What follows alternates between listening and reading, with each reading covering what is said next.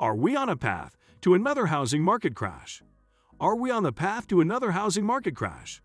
This question arises whenever we see massive price cuts and inventory imbalance in the housing market.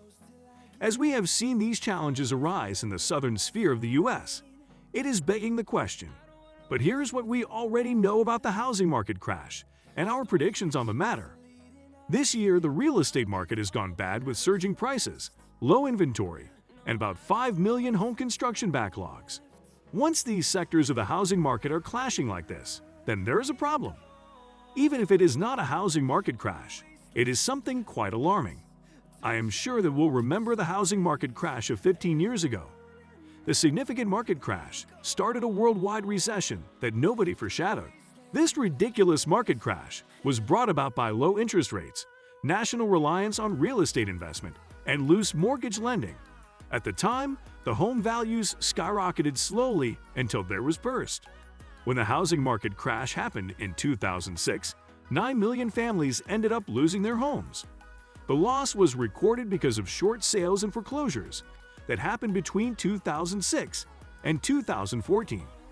The prices of homes rose about 30%, and that was the height of the plunge. The homeowners as a group collectively lost $7 trillion. The market did not recover for close to a decade. It may come as a shock, but some real estate markets have still not recovered from the shock of the housing market crash. Many headlines suggest that we might experience another housing crash. Though there is likely enough reason to be scared, it is unlikely that we will enter another intense housing market crash like the 2006 one that led to the Great Recession. The reason is that some of the worst reasons we experienced the last recession are not viable today. The market is not stable, but we can blame the pandemic for the shift in market prices. We will look at the 4 key determinants of the housing market crash and why the current market has provisions to salvage the situation. First factor, better and higher lending standards. The previous loose lending standards of the previous real estate industry when it comes to mortgages have changed. The banks and other lending services that lost their footings due to loose mortgage terms have come back with more stringent ways to ensure proper lending standards. The mortgage companies and banks have teamed up with Congress to regulate mortgages. Congress and federal regulators have made adjustments to the procedure of mortgage and lending. The new position of the regulators is to ensure that we never go back to the place where our lax mortgage standards will affect the whole market. What the regulators have done is ensure that mortgages are more transparent. So instead of keeping the everyone can get mortgage system, now there are systems to ensure that the right people get mortgages. In this case, the right people have credible paying capacity and assets to back their credit. It is now illegal to give people mortgages simply because you're trying to entice more clients and meet sales targets. There is still a rigorous income and asset check when you prove that you're within the right category to receive a mortgage. This system is also regulated by another independent body set up to ensure that lending standards are followed. The Consumer Financial Protection Bureau is the enforcement on this matter. Lenders who do not apply the laid-down standards face heavy sanctions for their negligence. What we have is a system that will not fail as it did 15 years ago. The housing market is more robust than ever, and these regulations will shield the dips that it faces to ensure that it doesn't get that bad. Second factor, pandemic mortgage forbearance. In the last recession, there was no plan by the state to protect mortgages and reduce foreclosure. All the people who filed to make payments into their mortgage funds were quickly ushered out of the system. In a system like that, the borrowers will lose their homes, and since unemployment is still rampant, they cannot get back in the market. The system caused pain for the 9 million families and the record for the future marketplace. The negative equity resulting from the foreclosure affected all homeowners for many years, some into decades. However, we can claim that the market is different following the government's interventions during the pandemic. The difference is that the pandemic era saw the lending services give forbearance programs that favored the unemployed. Many policies were put in place to allow the monthly mortgage payments to be delayed by the lenders without consequence. The statistics show that there are 2.6 million homeowners who were in these forbearance programs. As the economy started recovering and people started getting employment, their payments resumed. This does not mean that the program extends for long. The program has also ensured that defaulters will face the law when it ends according to the new regulations. So far, there is a 70% default rate, which is understandable because the forbearance program is still in session. However, those 200,000 homeowners will not have the grace period for long. The Biden-Harris administration has stated that it does not have any intentions to extend the program.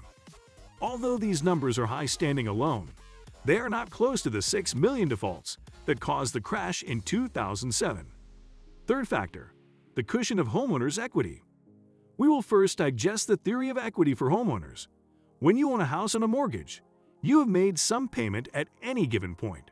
Let's say you have made 4 years' payment on a 10-year mortgage. The amount you have paid is your equity. That is how much you own. We could call that the side of the house that belongs to you by now. When you have paid the most of your mortgage and hear that prices are increasing, your incentive is to stay in the house longer.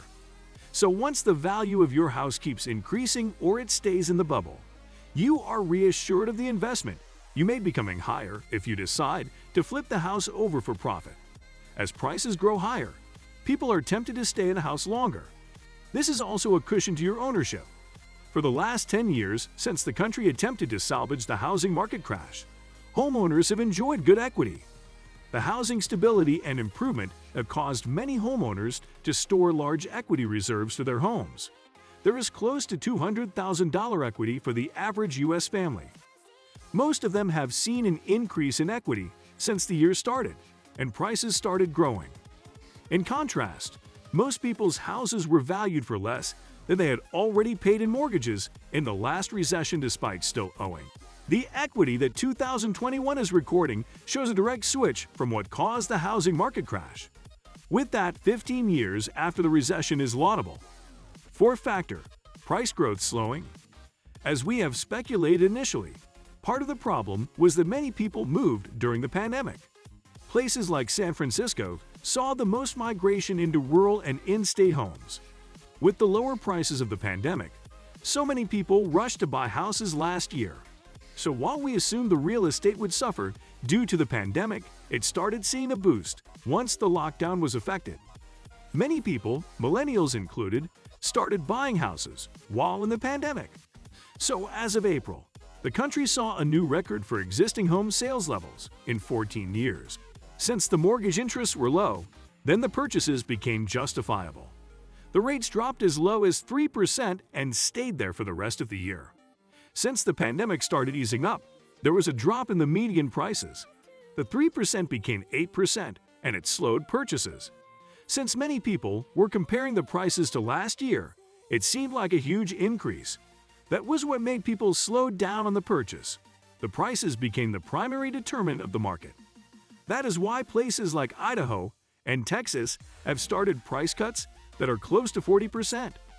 In the end, what we will experience is a market dip, but not a crash. The confident experts assure us that there are no significant crashes to be expected shortly. While we believe the experts and are no longer worried about the imminent crash, it should come without saying that we need to stay informed of the market trends. We also have to keep up with the consumer responses and sentiments and the updates from experts. The best way to stay ahead of the market is to stay informed. There are other points that one should take into consideration when dealing with the market moving forward. We're all encouraged not to invest more than we can. So as you see the price increase, don't think it will remain forever. Time will come when they will be balanced, and the industry will no longer be in a high-cost response. When it happens, you will go underwater. It may also be a great time to refinance at the height of uncertainty. Even if the crash is a soft landing, you must cushion yourself well for it. What are your thoughts on the housing market and the potential crash or dip? How have you ensured that your investments in real estate are protected? Let us know in the comments below. We would love to hear from you.